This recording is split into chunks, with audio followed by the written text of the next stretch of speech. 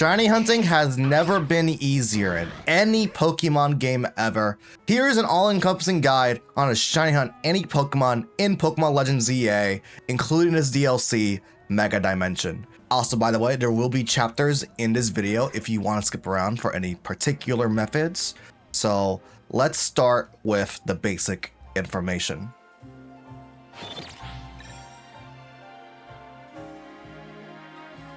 The shiny odds for this game are pretty simple.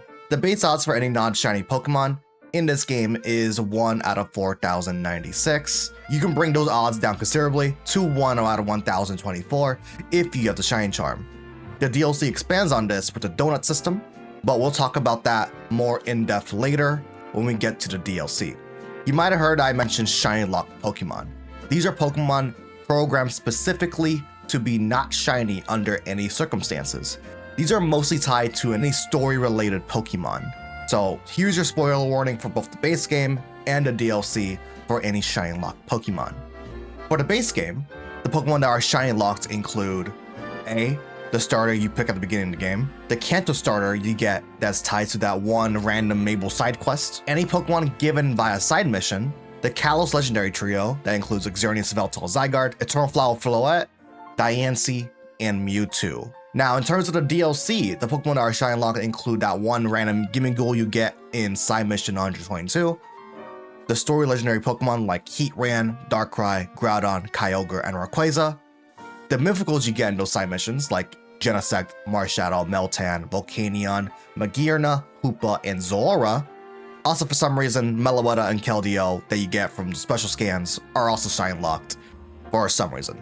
How to get a Shiny Charmer is pretty simple. You gotta reach a level 50 in Mabel's research. Also, there is a mechanic in Legends EA where the game will save up to 10 of the latest shiny Pokemon that appear in the overworld. Meaning, if you find a shiny Pokemon in the overworld and you don't catch it, as long as you don't encounter 10 new shiny Pokemon, that Pokemon is just gonna stay there until the end of time, right? Because it doesn't despawn due to time, doesn't despawn due to day skipping, doesn't despawn due to closing or reopening the game. The shiny will just remain there. All right, now that we got the basic info out of the way, let's talk about how you can shiny hunt in the base game for Pokemon Legends EA. If you're starting out the game for the first time, by far the easiest way to shiny hunt is the fast travel method. How you do it is pretty simple. Open the map, select your fast travel destination, and yeah, that's it. That's all you gotta do. All you gotta do to shiny hunt with this method is just to constantly fast travel. But why is it that way? How it works is that every time you do a fast travel, every Pokemon in a 50-meter radius gets re-rolled. What I mean is that, like, okay, so let's place down a pin, right? So just around here, right? Any Pokemon from this side of the map all the way to, let's say, here. That's 70. So anyone around this radius, which includes that Alpha Magikarp or Alpha Starmie if it's nighttime, this Budew, and even deep inside Wild Zone 2 can be re-rolled into being shiny. Now, elevations can be a little tricky whenever you are doing the fast travel method. There is a height limit to where Pokemon can spawn in. So this is by far the easiest and most reliable method to shiny hunting. And since most of these wild zones are really small, this makes it the de facto way to shiny hunt in most cases. I have a guide to every single wild zone you can shiny hunt in this game. I'll leave it in the link below or a card on top of a playlist of how to shiny hunt in every single wild zone, which includes the fast travel method. The best part about this fast travel method, in my opinion, is that this is not even applied. This is not even just restricted to wild zones. Because the fast travel method, you can use it in any fast travel spot in this game. The cafes, wild zones, the Justice Dojo, the different restaurants. Anything that's a fast travel spot is an eligible candidate to be shiny hunted using this method. So I'm just gonna keep on fast traveling, and then I'll check back in, let's say, 10 minutes and report on what I can find. Also, by the way, you're gonna notice this a lot, but you can macro a lot of these hunts if you have a macro controller or like a switch up enhancer from back in the day.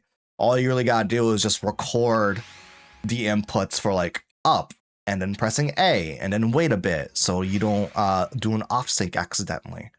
But yeah, a lot of these you can just macro record. And let's go inside the wild zone real quick and see if there's anything that's shiny. Oh! Speak of the devil. Shiny Magikarp. Very, very nice. The sparkles didn't go up because we're not really close to it yet, right? But as you can see, fast traveling indeed works. Just 10 minutes of just constant fast travels. Boom. Shiny Magikarp. Very awesome. Get you right there. Very nice. Dodge a Hydro Pump, you know? We got ourselves a shiny Magikarp. Can I get out of here, please? Thank you. Now, I will note, you're gonna want to like survey the entire 50 radius of where you fast traveled from, because you never know how many other shinies you could be potentially missing out on. So I'm actually gonna travel around here real quick because I didn't check this part out yet, and there could be other Pokemon. And I know that I didn't fast travel long enough where it became nighttime, but if that does happen in your case, I do recommend changing it from day to night just to see if there's any other Pokemon that could be shiny that are locked to those specific times of day. Because day and night, they do have different Pokemon, right? So I do recommend checking around in both day and night if the hunt did go into either cycles during the hunt, just to make sure, see if you're not missing out on any. Is that Fita? What are you doing here? Oh, I didn't know you can like meet up with your, what? The more you know. So yeah, that's fast traveling. Moving on. The anti-homeless benches, aka the second best shiny hunting method in this entire game. This method is extremely easy because just like fast traveling, you go to any bench in the world, you bench reset, and just like fast traveling, any Pokemon in a 50-meter radius is eligible to be shiny. While this method is definitely a lot slower than fast traveling, since you gotta endure this scene transition cutscene every time you'd want to do a bench reset. There are a lot more benches out there in the world than fast travel waypoints. And if you go on Cerebi, they have a map where you can spot all the different bench sites in this game. So for example, Dratini, I did a hunt where you could shiny hunt Dratini using a bench. I used that to date skip several times, and I ended up getting a shiny Alpha Dratini. So I also highly recommend using the bench method if a fast travel spot is not possible for your particular hunt. Also, just like the fast travel method, I highly recommend when you are done getting your target Pokemon. Wait. Oh, I thought that was a shiny Alpha Magikarp for a second. I was about to say.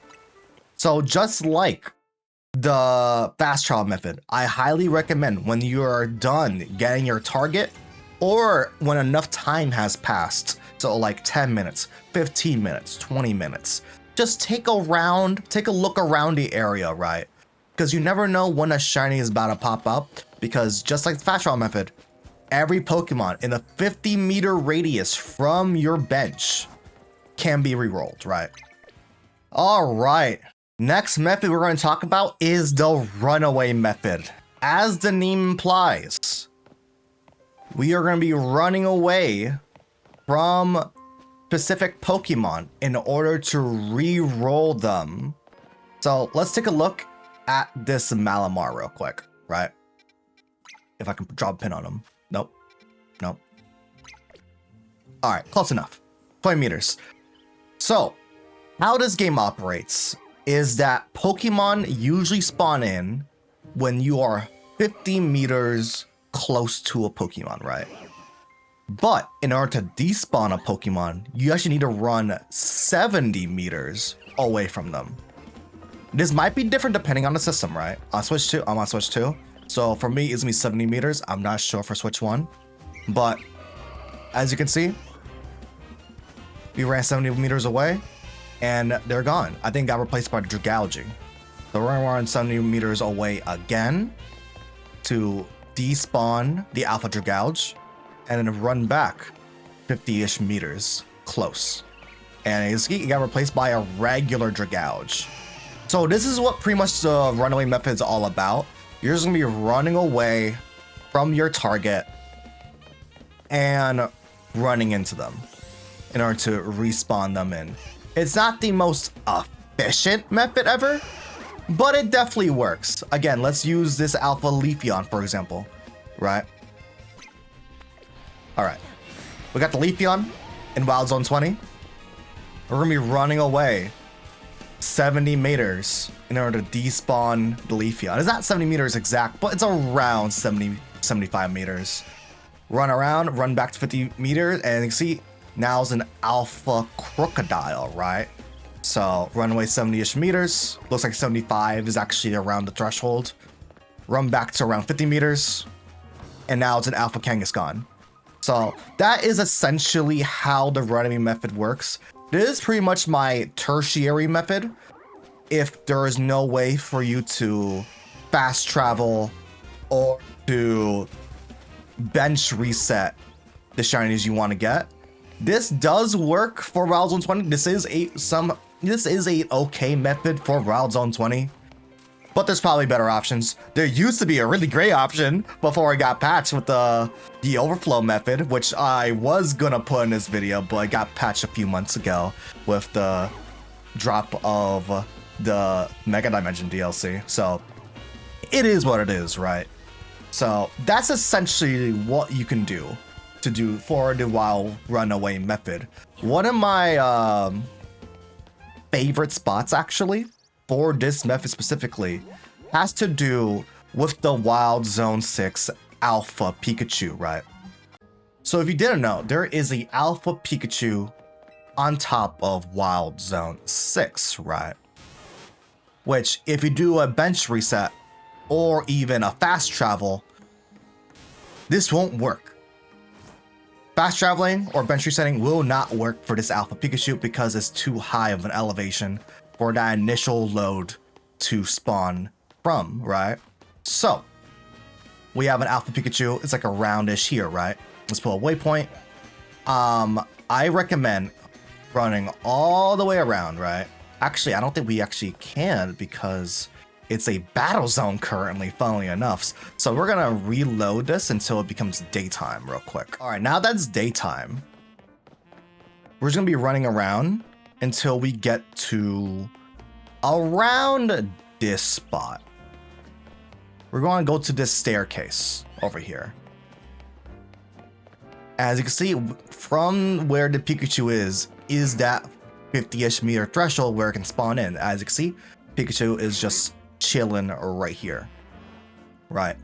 Now, Shiny Alpha Pikachu is like an orange-ish hue, right? So what we're going to do is run up the stairs, right?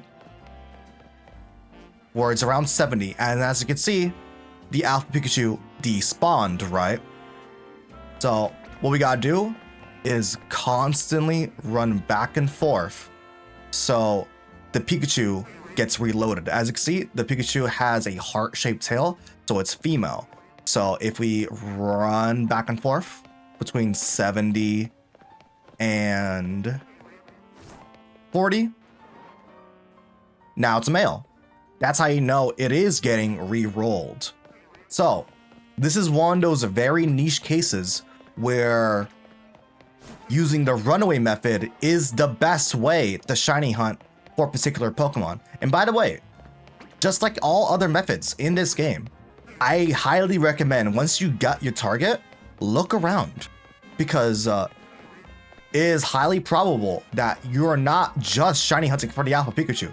You're probably also shiny hunting multiple Pokemon that happen to be in that 50 to 70 meter range, right? There are some Pokemon around here. I think the elemental monkeys are also in that meter range where you will refresh them. So again, once you do get your target, just take a look around within that 50 to 70 meter range.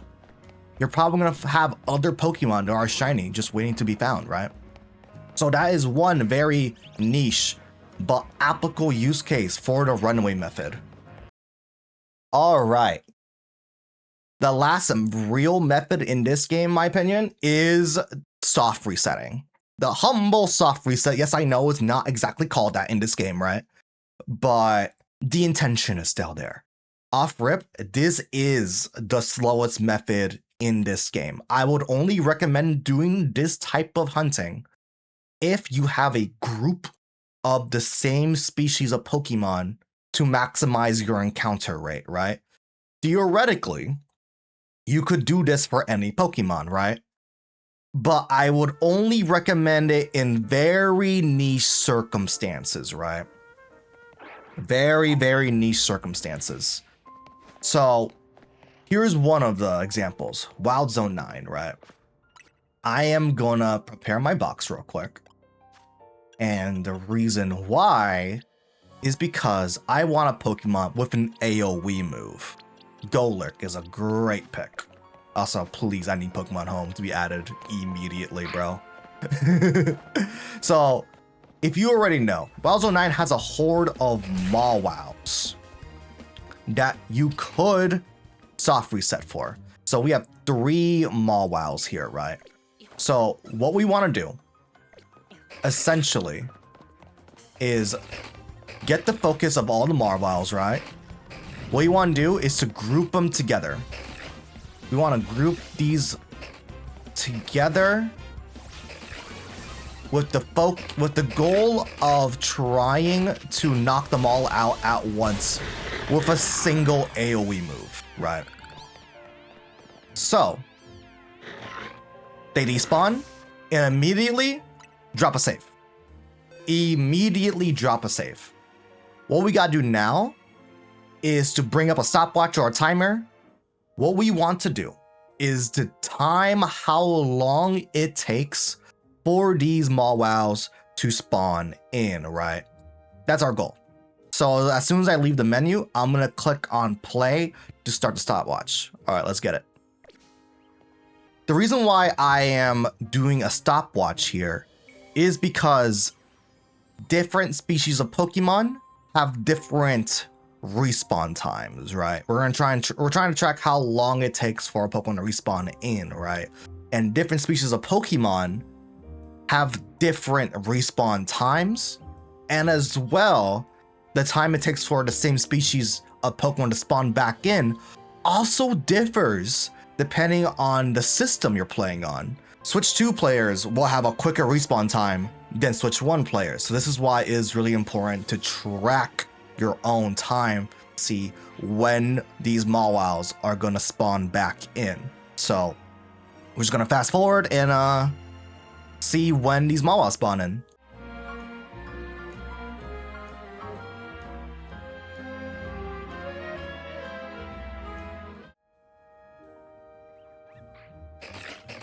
All right, so they spawned in around 3 minutes exactly. So what we're gonna do now, close, reopen the game. So now we know when these Mawwows are gonna spawn back in, and as soon as you press play, and as soon as you click A and you spawn back into the game, immediately start back the timer. I was a little bit off there. But our goal here is to save as close to the respawn timer as possible. I usually aim for like a 5-second wiggle room. So since Mawwow is gonna spawn at around the 3-minute mark exactly, I'm gonna say around 2 minutes and 55. This is mostly so that like I don't accidentally save over the Mawwows as they respawn. So we're gonna fast forward again, and as soon as it is around 2 minutes 50 seconds, I'm gonna save. All right, 2 minutes 55. I'm going to save. 2, 3, 4, 5. As I can see, 5 seconds have passed and the Pokemon spawned back in. So now we are officially soft resetting. Now you could make the time shorter, but first I'm gonna see how long it takes for the Pokemon to spawn back in. 2, 3, 4. All right, so like 4 to 5 seconds. So I'm gonna do 2 seconds. I'm gonna wait 2 more seconds to make the soft resetting a bit more faster. 1, 2. All right, save, close, and reopen the game. Let's see how long it takes for Pokemon to spawn back in now. 1, 2, 3. I think we can trim it a bit further. We can probably trim it a bit further. Now, the reason why I highly recommend only doing this for a group spawn like Mawwow or even the Litwicks in the Lumio sewers is because you're only really getting like a few encounters per second. As you can see, that was almost instantaneously, and there was an alpha Mawwow there, meaning the soft resetting is working. So we're getting 3 encounters per, let's say, like 15 seconds, pretty much, since we're loading in the game several times. As you can see, the alpha Mawwow is not there. So again, this is working.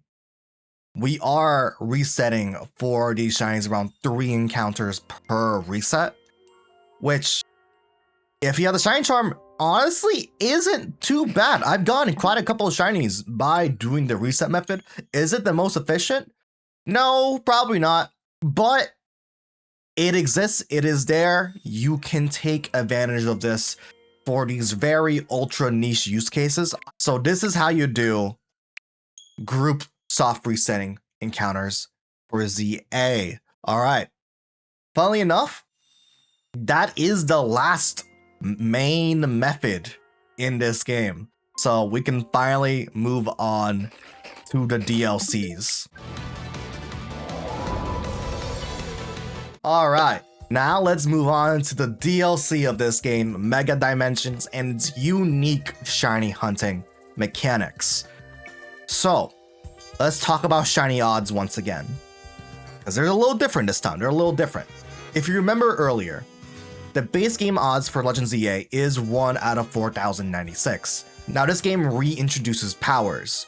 If you remember from Pokemon Scarlet and Violet, the sandwiches had different powers you can get. Same applies to the donuts in this game. If you have a Sparkling Power level 1 donut, that gives you an extra shiny roll. So now it's 2 out of 4,096, aka 2,048.25. Sparkling Power level 2 gives 1 out of 1,365 odds, and Sparkling Power level 3 brings your odds all the way down to 1 out of 1,024, which should sound familiar since it's the same odds as the Shiny Charm, which, by the way, both Sparkling Power and the Shiny Charm do stack on each other. So that means if you have a Shiny Charm plus a Sparkling level 3 donut, your odds are now 1 out of 585, which is absolutely ludicrous with how easy it is to shiny hunt in this game. Now, how do you get a Sparkling Power level 3 donut? When you get to DLC and you advance enough in the story of the game, you unlock a facility known as Ansha's Donuts, right? Well, let's make a donut real quick. So, in order to obtain a Sparkling Power level 3 donut, you must prioritize the sweet flavor side of the donut, right? So we're gonna make a very sweet donut real quick. I believe the points metric is like around 500, I wanna say. So we're just gonna quickly make a very sweet donut. Got some tropical berries. Let's use a couple of the yak berries. So now we have and use a tonga berry. So we have a 540 sweet level donut. It is a lot of resource, don't get me wrong, but this is important. Just to show an example, this is just a generally sweet donut. As you can see, Sparking Power level 3 bug. That's actually very perfect. Sparking level 3 bug, Humongous Power level 2, and just I guess that's just Encounter Power 1. They're not really any of a type dependent donut. So first attempt, we got a level 3 bug donut. So what that means is that if we go to a hyperspace that is bug type, right? Bug Pokemon will have a very high chance to be influenced with those shiny odds. It's just like Scarlet and Violet, right? Where only of those specific types of Pokemon will be influenced by the donut. By the way, if you don't like the portals you're seeing, you could just bench reset for them. So I didn't see any bug hyperspace holes. So I'm just gonna reset from day to night and vice versa until I get a bug hyperspace. Now, since I got a level 3 donut, let me show you an example of what happens when you don't get a level 3 sparkling donut, or if you don't get a sparkling level power at all. So before you make a donut, right, go to a Pokemon Center, heal up so you can have this as an anchor location. But as soon as you do any fast travel, doesn't have to be a Pokemon Center, your data will be saved to what is known as a backup save file, right? So again, let's make a donut. We're gonna make a sweet donut that's like 200 sweet, for example. We're looking for Sparking Power and maybe Alpha Power, right? We got Humongous Power. That is not what we want at all, right? So what we can do here, since we made a backup save by going to a Pokemon Center, having our save anchor there and fast traveling and whatnot, close the game, reopen the game, and we're gonna hit up and X and B on the same time to access our backup save. So once again, that's up on D-pad, X and B to access your backup save. Now we're gonna be in this Pokemon Center since we healed up, right? But your data, as in your items and bag storage, would be at the point where you last fast travel, which again was that one particular Pokemon Center, right? Or actually now it will be Hotel Z, funnily enough. So once again, we can make as many of these donuts as we can or want, or you know, until you get that sparkling level whatever donut, right? Ooh, okay, I like this one. Ooh, a cleaver. Okay, a cleaver shiny will go kind of dummy. There's another one. But that's Scyther. This is a small hyperspace. But I feel like, yeah, I think I like this one more. So we're gonna do this one real quick. So what I'm gonna do now, just for preparation, because we have a level 3 donut, what I'm gonna do is just fast travel. Doesn't have to be any, it can be anything, right? But I'm gonna do a fast travel so I can demonstrate something later on. Because level 3 donuts, sparkling, have a unique mechanic with them. So we're just gonna go to this hyperspace real quick. We fast travel to WilsonXp 16 because it's just closer. And as soon as we go into this portal, right, we're gonna go in and see what happens. The game doesn't autosave as soon as we enter the portal, right? But the game doesn't autosave when you exit, so that's a important thing to keep in mind. As soon as you enter the portal, the game doesn't autosave. And as soon as we enter this portal, since we have a level 3 Sparkling Power Bug Donut, usually we have a mission called Catch Shiny Pokemon. And as you can see, we have a shiny Whirlipede right there immediately. So, as soon as you enter a portal with a Sparkling level 3 donut, you are guaranteed, yes, guaranteed a shiny, which is absolutely absurd. Let's catch this Whirlipede. There we go. 3 shiny Pokemon. Let's just do a quick tour around the area, right? Let's do a quick tour real quick. I was promised cleavers. Where's the cleavers at? Was I lied to? Mr. Game Freak? Did I go in the right one? I don't see cleavers. All right, but there is a unique mechanic with the Sparkling Level 3 Donut because you could, in theory, re-roll what that guaranteed shiny is. It's kind of very niche because it's going to be really easy to shiny hunt in the DLC anyways. But if you want to re-roll the guaranteed shiny Pokemon, you could access your backup saves by pressing up on the D-pad, X and B at the same time to click your backup save file. This is why we fast traveled earlier, because that will spawn you back to your last Pokemon Center, right? But your bag data will always be whatever your last fast travel point is, but your location would be the last place you healed up at a Pokemon Center. So as you see, the portal is still there, right? So as you can see, let's go back into the portal. We have 8 minutes to work with here. And yeah, in theory, the shiny Pokemon should be different. It may as well also just be Whirlipede again, but it will be re-rolled. Oh, it was Whirlipede again. But as you can see, we have cleavers this time, which is kind of cool. So I'm going to keep re-rolling until we get a different Pokemon that's shiny. Nope, same Whirlipede again, which is hilarious. It's the same. It's the same one. Oh, there we go. He re-rolled it.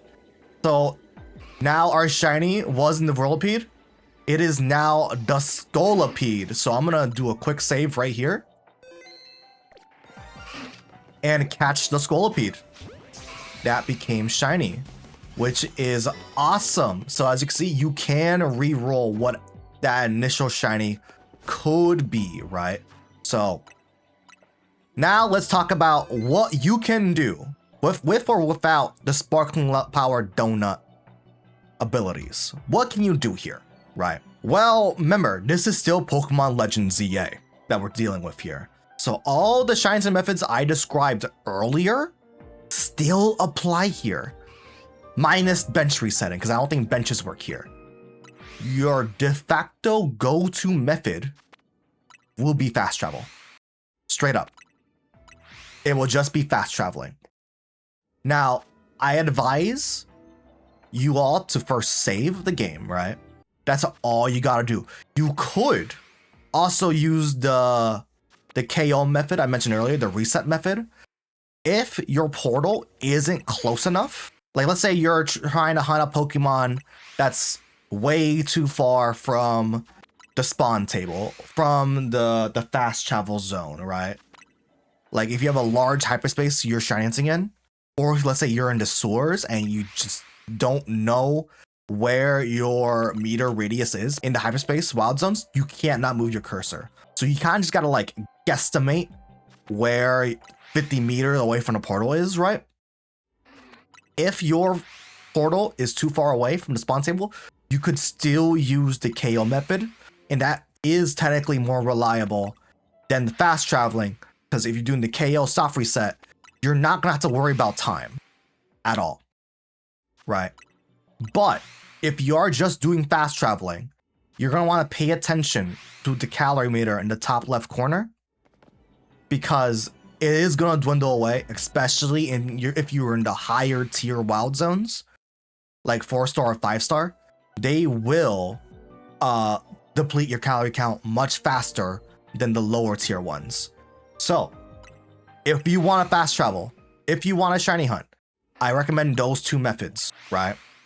Now, if you don't get a shiny before the calorie counter is up, you could just close and reopen the game. And since you did do the anchor, right, you're just gonna be spawning right back in where you last saved. So you could just keep perpetually shiny hunting. So I'm gonna cut until I get a shiny through the hyperspace wild zones and whatnot. So I'll see y'all in a bit.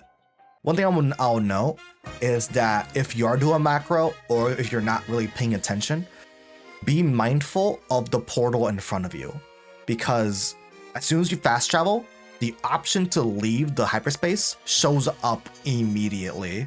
So you're gonna be really careful to not accidentally leave the portal by pressing A. So if you are doing a macro, make sure you leave a bit of time before you press plus so that the scene transition or the loading text gets to play out so you don't accidentally miss time your readings and all that. Also, by the way, if you do accidentally leave the portal, I wouldn't be too concerned about that, because if you did leave a save anchor, you could just close the game, reopen it, and you'll be back to where you started. This game only does an autosave when you enter Hyperspace Wild Zone, not when you leave it. So that's an important thing to keep in mind. All right, now that we have like around 1,000 calories left on the counter, as you can see, we have a ton of shiny Pokemon. We got shiny Whirlpool number 1, shiny Kakuna over here, shiny Whirlpool number 2 over here.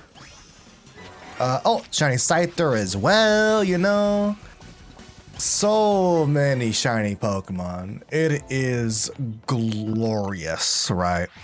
Now, we'll know Pokemon can respawn in the hyperspace zones. However, you're kind of working against the clock here, right?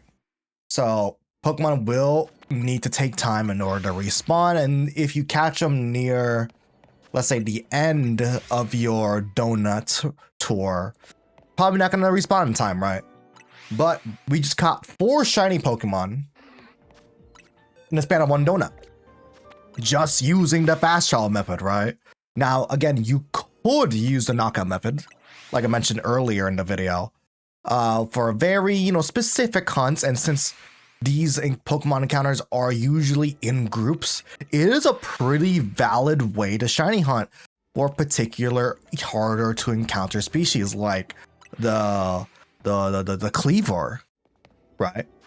But yeah, at least to me, this is the de facto way to shiny hunt in the hyperspace dimension. So let's get out of here.